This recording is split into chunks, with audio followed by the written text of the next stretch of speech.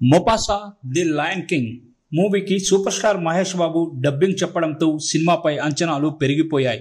ఈ Hollywood movie ప్రపంచవ్యాప్తంగా December 20న థియేటర్లలోకి వస్తుంది. దీంతో మహేష్ ఫ్యాన్స్ ఆసక్తిగా ఎదురుచూస్తున్నారు. ఈ నేపథ్యంలో మొపాసా రిలీజ్కి ముందు మహేష్ బాబు ఇంట్రెస్టింగ్ ట్వీట్ చేశారు.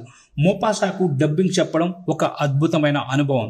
నేను ఎప్పుడూ నా హృదయానికి దగ్గరగా ఉంటాను.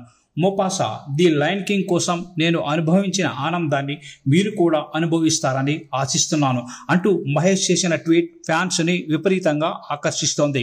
ఇటీవలే మహేష్ బాబు కుమార్తె సితారా ఇన్స్టాగ్రామ్లో ఒక వీడియో పోస్ట్ చేసింది.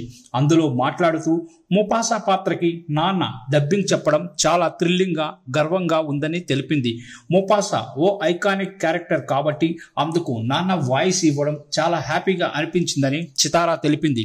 ఇక ఇప్పుడు మహేష్ బాబు తన తెలుగు డబ్బింగ్ పై ట్వీట్ చేయడంతో మరింత హైప్ ఇస్తోంది.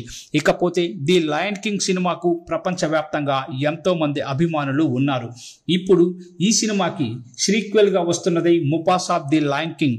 అకాడమీ అవార్డు విజేత బేరీ జెంకిన్స్ దీనికి దర్శకుడు.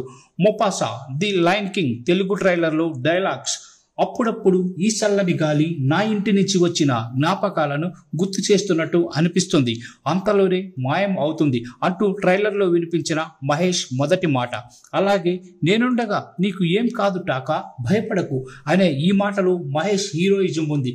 ఆ మాట మహేష్ బాబు చెప్పడం వల్ల ట్రైలర్ మరింత ఎలివేట్ అయింది.